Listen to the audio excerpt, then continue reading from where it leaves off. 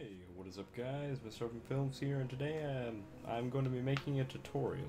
Somebody in the comments on my Street Fighter 4 versus screen template thing asked how to make one. So I was like, sure, I'll make a video on it, on how to make one. Although, the template's there, but if you want to make one, it's cool. So, first you open a new composition. That's the first step always. 1920 by 1080, all those settings are fine, and you can still just use these resources. So you can go into the resources folder and take all this stuff and just drag it into this box. That'll put it in After Effects so you can use it and stuff, import all the items. Pretty sure you can do that through file import. Yeah, you can do that, but there's also this option. So first thing you do is just drag flameeffect.mp4 into here, and then you can, not sure if you can, scale. That's what you can do. 2%, is it good? Is that bueno? No? Okay. Not sure about the, about the dimensions of this image. Yeah, okay. 150% seems fine. So if you want to do that, you can either resize it with these little things on the side, or you can scale it down to 150, or scale it up to 150 rather. Either way. So now you got that. It should play like that. Yep. And then that's just the flame effect you've got in the background. Because the newer Street Fighters are a bit harder to replicate, but the original Street Fighter 4 one is pretty easy to replicate. You put the music in there because that just goes side by side, and then it's either, is it enter? It is not enter.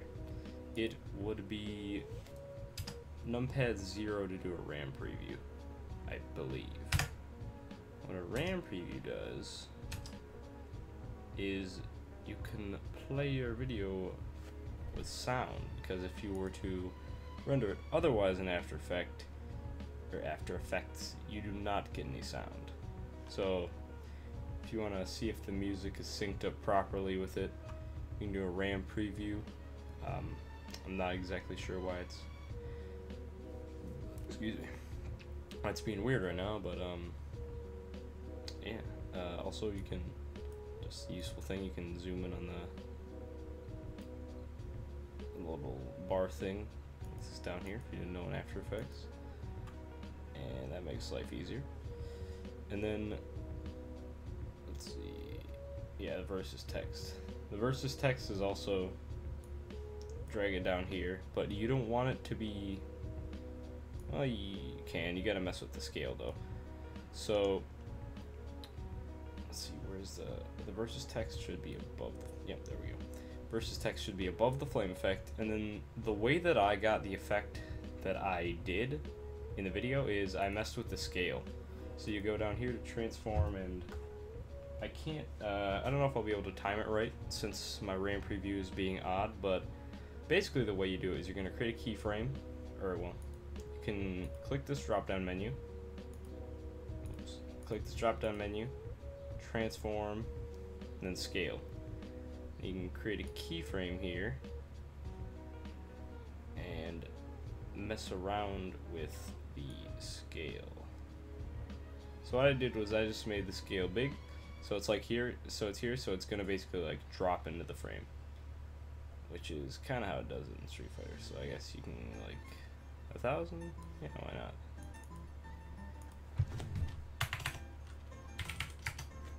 Oh, that's 100. There we go, that's fine.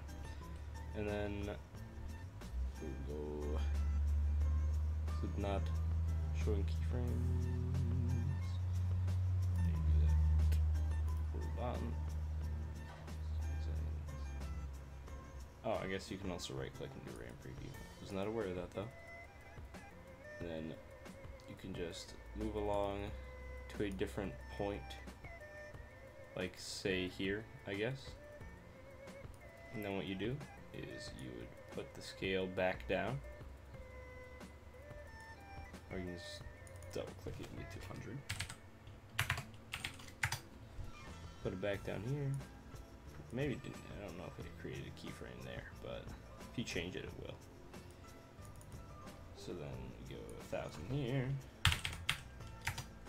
Boom, and the way the keyframe works is it is going to take what you did and move it to whatever you specify. So this is at 1000 right now. We moved it to 100. Now, is there another keyframe over there? I'm not sure. But if it's being weird like that, then we can move. Ah, yep, create a keyframe over here, which is where we were. We can just get rid of that. So there we go. And so we go back to the beginning. We can render this out. Yeah, alright. It'll move like that.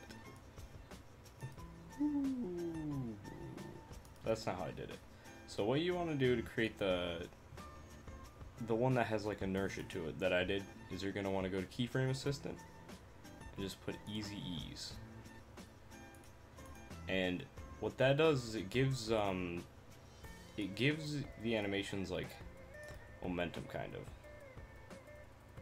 See, that's pretty slow.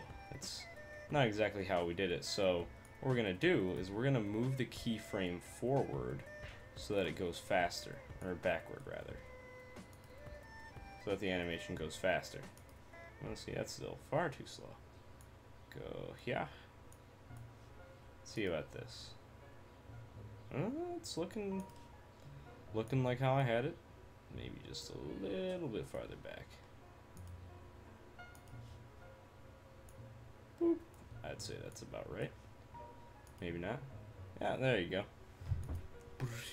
So that's how you do the versus part. Journaling, maybe it's a little too fast. Doesn't matter right now. That's how you do the versus part. You want to create two keyframes for scale. Make one of them 1000 or however big you want to make it, and then you just make another keyframe at 100. Easy ease them both. You can do that by right clicking, going to Keyframe Assistant, putting on Easy Ease, and that's how I got the versus logo to pop in. And then the way I got the character icons to pop in or move like they did also involves keyframes. So what I can do is, could have done a better job preparing this, but I can. Hold on. Create another file explorer. Pictures. Got a bunch of memes in here. Don't know why I have a problem. Don't judge me. Yeah, sure, Fox. Oh wait, the Melee renders folder I have would be much more useful to explain this. Melee renders. Let's see, we'll put Fox in here. Why not? Oh, that was not intentional. So we'll throw Fox in there. And Marth. Why not? Fox and Martha the legitness. Matchup of the century. Okay. But alright. So we got some characters now. It's not what it has to be, but these are just examples for you. So we're gonna throw these characters in here. You can put them below the versus text if you want. If you want them to if you want the versus text to go over them. So it really doesn't matter. So you can place them and scale them however you want, really. So I guess I'll do shift to make Fox a little bigger, which is, I'm kind of just doing this on the fly here. I'd spend a little more time on it if I was actually going to be making this for for an actual video or something. Oh god. Okay. Yeah, sure, we'll just stick with that. And for some reason I have both versus text and Marth selected. Alright, so now in a similar fashion what we did before, you're going to go back to the beginning and you're going to go to transform. But instead of scale, we're going to go to position. And you're going to want to drag Fox's position off screen, or you can type it off screen. And the distance off screen kind of matters, but you have time to change that later. Like, you have time to fix that kind of thing later. What's important for fixing it is, like, the timing that you're gonna get on when they both come into the frame. But that's, like, you can do that afterwards. You can do it later. So we're going to create a keyframe for position with Fox, and he'll be over there. And then we're going to do the same thing with Marth, so I can collapse this. Marth, transform, position. I'm going to drag it off so he's off screen. And then create a position keyframe. So I'm really sorry about that. Let me close my window really quick.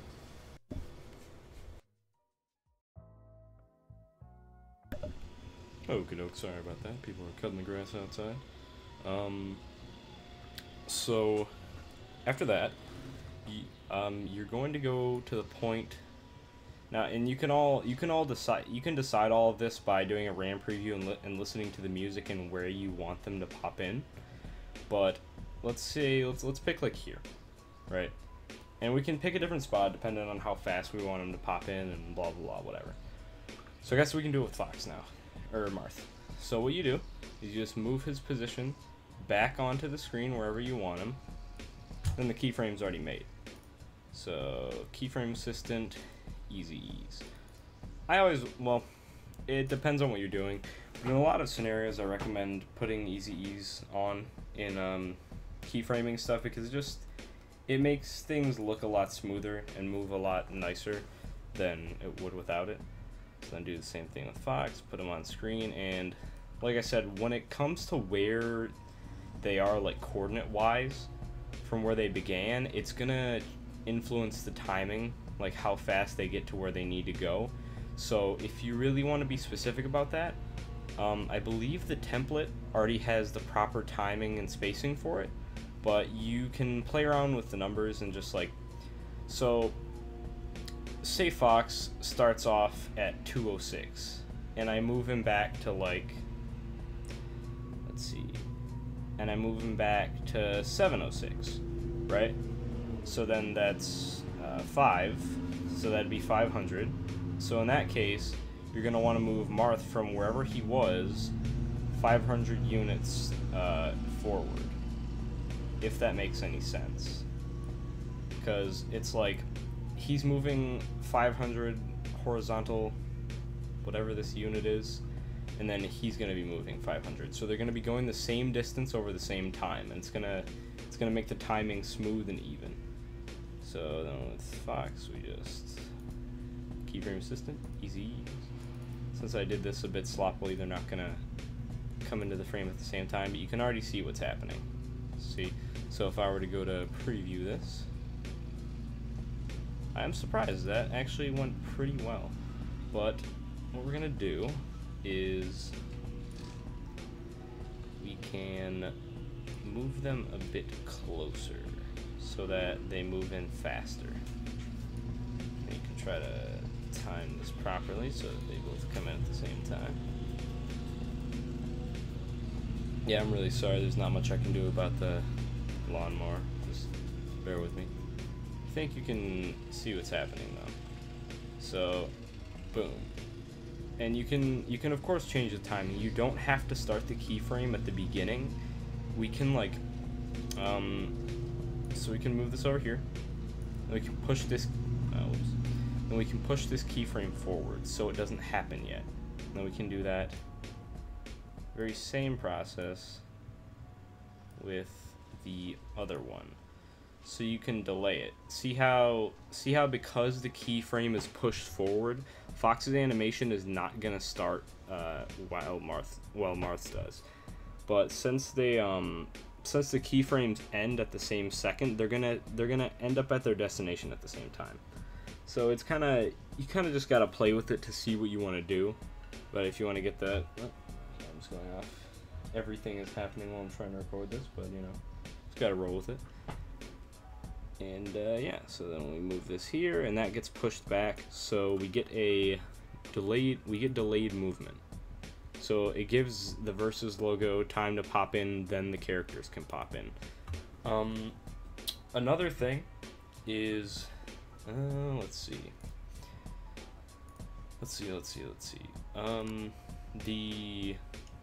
The fading, the fading image. So in my example video, I have Super Smash Bros. Melee, and that's fading in and out like it does in Street Fighter.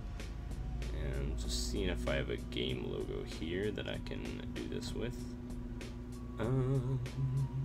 Doesn't look like it, so I guess I can just look for something fairly obvious, I guess. I don't know, it doesn't really matter for the sake of example, but yeah, why not? Not even quite sure. I don't remember why I have this picture, but it's still there.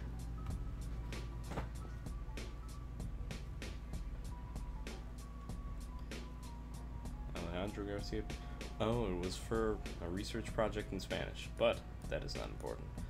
So what we can do is we can kind of time this. Of course, you want to put it over the versus text again, so that, well, it depends. But for this specific thing we're doing, you want to put it over the versus text, so that it's not like flashing behind it. Oops. Come on now. There we go. Okay. And then with this, what you want to do is you're gonna create another keyframe. Most of animation and stuff in After Effects is keyframing, so you're gonna want to get comfortable with that if you plan to make cool stuff. I don't know. Opacity is what we're gonna be messing with. So you create a keyframe that sticks it at 100% opacity, and then move it over here. 0% opacity. Move it over here. 100% opacity. And so on and so forth. And the same thing applies when it comes to the spacing on this. In my actual example, I took the time to evenly and properly space each dot so that it's a constant that's a bad example, but you get it. So that it's a consistent flashing timing. And with this one, I'm just trying to show you and give you an example of how it works.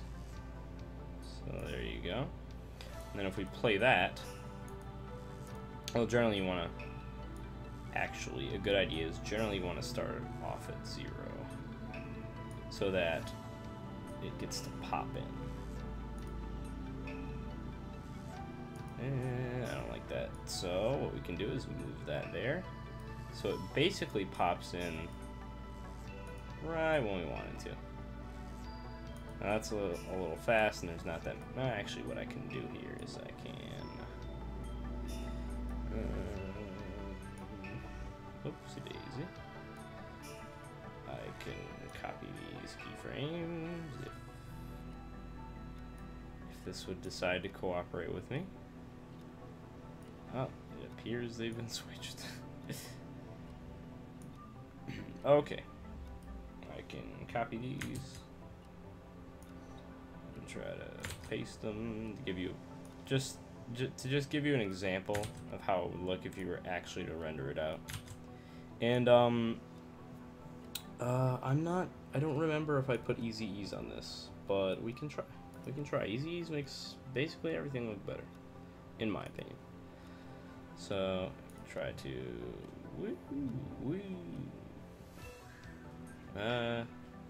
yeah, that's just an artifact of how I copied and pasted everything, but you get the general concept. It's you're making a keyframe and you're flashing it between 100 0 100 0 100 0, right? And then with the easy ease, it'll fade it, right? So that's basically how I made it look. That's how I did that. And then for the picture, the picture that was up here, all I did was, that's fairly simple actually. So I can take any old picture really.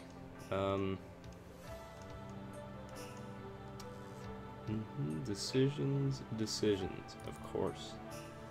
Why do I keep double clicking them? Alright.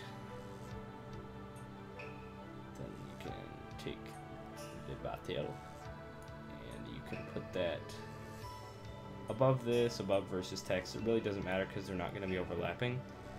And you just put this up here. I guess I'll change the scale. By the way, the reason this looks bad is because I work in, it's a good idea to work in quarter resolution because it allows things to load and render faster. But if I were to see it, that's how it looks in full. So you generally want to render things out in full, but you want to work in quarter. And then you can obviously put it up to full to see what it looks like when it'd be full. But yeah, quarter just makes everything load faster and it's easier to work in. Then when you want to see your when you want to see how you're doing, then you put it in full. But yeah, so the way I did that is if you wanna make it pop in like there. So you would go down here, transform, opacity. So that makes a keyframe at 100, and then you can make a keyframe like right before it that's 0. Because if you make a keyframe all the way here, I'll show you. If you make a keyframe all the way back here, it's gonna, when it's loading, it's gonna slowly fade in, and that's not really what you want. Well, it might be, but in the case that you want it to be sudden, you just put them right next to each other, so that it's at 0, 0, 0, boom. Then it's at 100, and it's there. I'm not sure if you can put a like stroke or a wraparound or whatever that was. I believe I did that in Photoshop. So what you can do is you can throw an image in Photoshop, give it a stroke, which is basically like it's like a border. Yeah, it gives it like a border, and then you can go from there. Oh wait, I might be able to. Nope, I'm not sure. Stroke. Oh wow, I'm surprised. Huh, that's good times. Stroke and yeah, okay, I guess you can do that, and everybody's learning here. Size, the amount of pixels, 3 is good. 4 is a little thick. It really just depends on what you want. We can go into full, see what it looks like. So yeah, and then oop, I'll fix that. Fix this really quick. Opacity, where's the opacity? This should be 0, yep. So these should be swapped. There you go. Alright. Like I said, this was done sloppily, but the template, everything is fine. Ooh. It's not good. So if you want to move them all in the bulk, you can just select them like that and boop. So move this over here. Ah, what are you doing?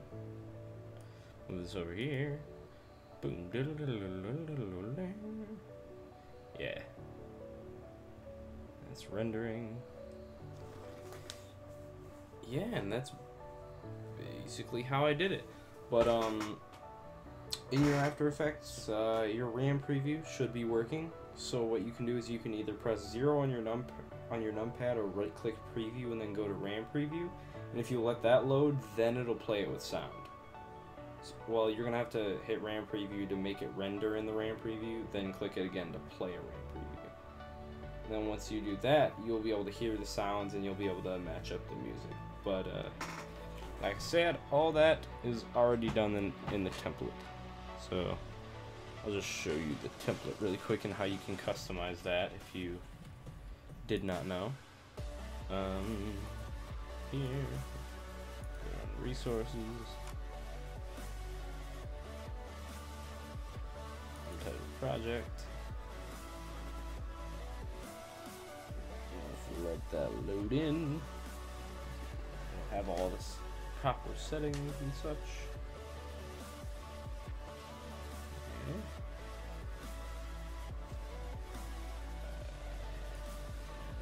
Good. I'm not sure. Control.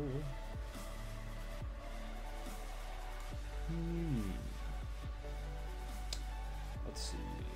What you doing, buddy? Nah. So this is just it opening up the opening up. Ah, there we go. It's opening up the project where I have everything complete. It is taking a while. Yeah, some files are missing. I get it. Alrighty. Oh, and I forgot about the player 1 and player 2 text. Those follow the same idea and formula that the characters do. Something interesting you can actually do is you can place down the text, and then in this little string section that's parent. So what that'll do is that will parent this to the actual player 1 icon. So when the player 1 icon moves, the player 1 text moves. And that's just like, you can make the player 1 text move on its own, but that just makes life easier. Like, why do what you've already done twice? And the reason this is all green is because you have to right click, replace footage, file, and then desktop.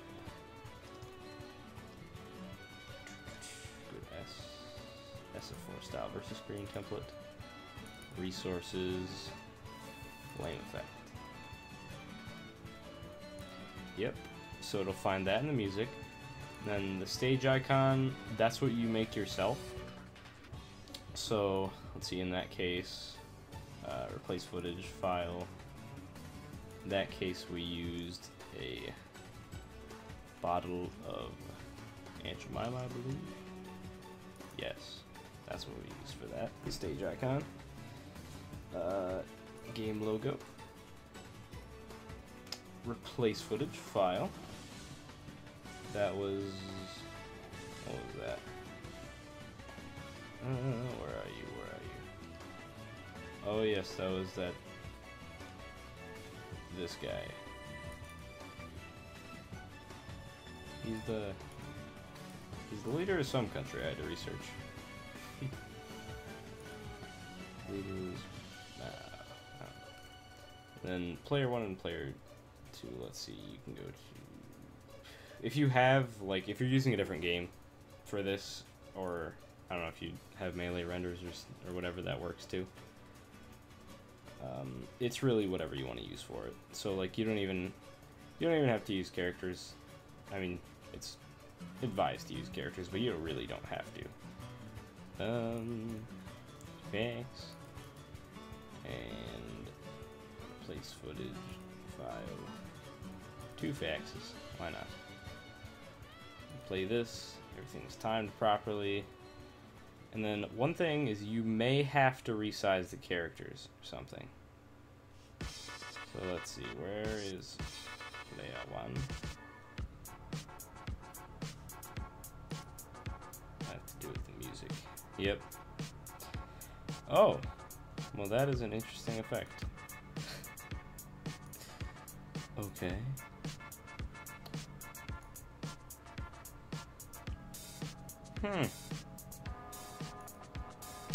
Yes, that has to do with how I had to resize the player models to get that to work properly. So all you have to do is you just scale it down to wherever you need it to be, and then you can move the name independently. It'll still stay attached to your stay attached to your player model, but you can move it around. So then player 2 character, I can just scale that. Oh, whoops. Player 2 character, I can just scale him up a little bit. That works. And then I can move the player 2 name so that it's actually on screen. And then I can scale that down to match the other one. Yeah, it's a customizable template, so you can do whatever you want with it, really. And then there you go. Basically the same thing. And I'll wait for the game logo to pop in. Whenever that does. Alright, game logo, let's see. Where are you at? Where you at, game logo?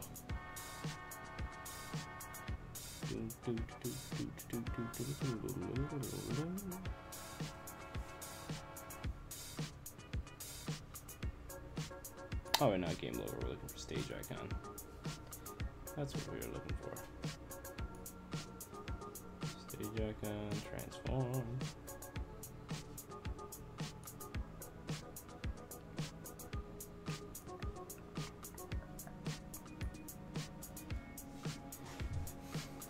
Where are you?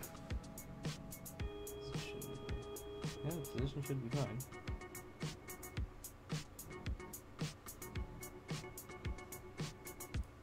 Huh. Ah, it was above. Yeah, so you might have to play around with the position a little bit to find whatever you need, because After Effects is weird sometimes. But you can really get it to work with anything. So, yep, there we go. And then if you want to do the same thing I did last time, go to layer styles, stroke. And then you can edit that as you please. I guess I'll make it, excuse me, blue. Why not? Make it size 4.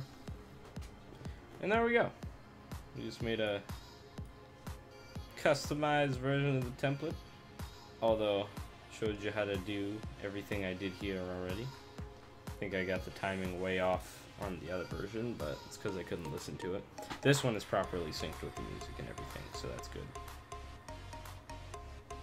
And then, yeah, this looks a little bit sloppy, but you can fix all of it, because this was scaled for the this was scaled weirdly because the images I had were different resolutions and it was odd, but you know, it works. It's all you can fix all of it to match anything really. I've got, you know, you can see what I've done here.